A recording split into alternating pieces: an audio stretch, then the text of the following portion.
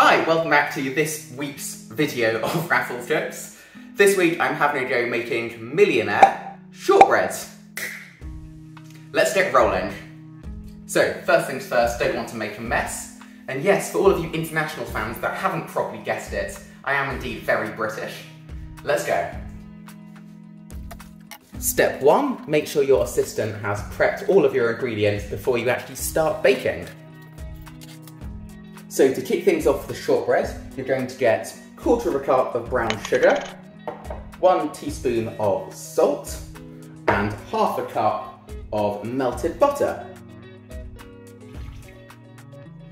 And then from this, you're going to get your trusty wooden spoon, TM, give it all a nice little stir up, and then we're going to go in with 1 cup of plain flour.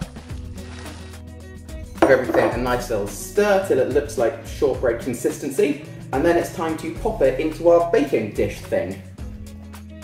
So into a well-oiled baking dish, we're going to go in with all of our shortbread mixture, and using a spatula and a heavy object, we're going to compress it down nice and tight.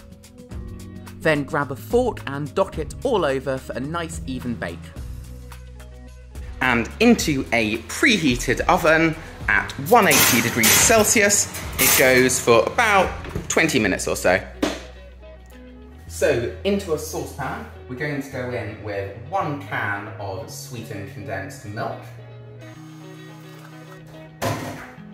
1/2 cup of light brown sugar, 1/4 stick of butter, and a 1/4 cup of heavy cream. Then we're going to set this to medium heat, and we're going to keep on whisking until we get to 113 degrees Celsius or 236 degrees Fahrenheit. Oh, and don't forget to salt your caramel unless you're some kind of crazy monster caveman or something. Oh, and remember, the whole mixture will stall around 107 degrees Celsius, but don't worry, give it another 5 minutes and it'll hit that 113 we need. And after 20 minutes of pretty much constant stirring, our caramel has now reached 113 degrees Celsius, and I'm going to pour it on top of our cooled shortbread. Make sure to switch to a trusty spatula to make sure you don't waste any of that good stuff. And into the fridge it goes for at least half an hour to cool down. So for the chocolate layer, we're going to temper it. Sounds scary, actually very easy. 1 bar store-bought milk chocolates, 2/3 in a heat-proof glass bowl, 1/3 chopped up nice and small. Then, with a pan, you're going to make a makeshift double boiler, or bain-marie, and melt it until it reaches 90 degrees Fahrenheit, or this in Celsius. Okay, so moving fairly quickly, add in your remaining chocolate into your 90 degrees Fahrenheit mixture, mix it up and make sure it melts nicely. And then it's ready to pour on top of our cooled, remaining Millionaire Shortbread base. And so on we go.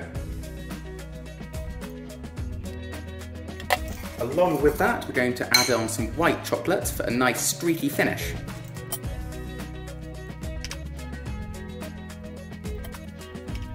And of course, do some decorative swooshes. And that looks pretty good. Gonna put it back in the fridge now for another hour to really firm up, and then it's time to cut. So once our dish is all nice and set, we're going to take it out using our handy little holes. And now, using our sharpest knife, we're going to very carefully cut it into nice even bars. Looking back, a serrated knife probably would have been the smarter move to use here. But most importantly, how does a Millionaire Shortbread actually taste? That is a damn fine Millionaire Shortbread. Oh, and if you're at brunch with me and it's Saturday, they're actually over there in the kitchen. Enjoy them. See you next week.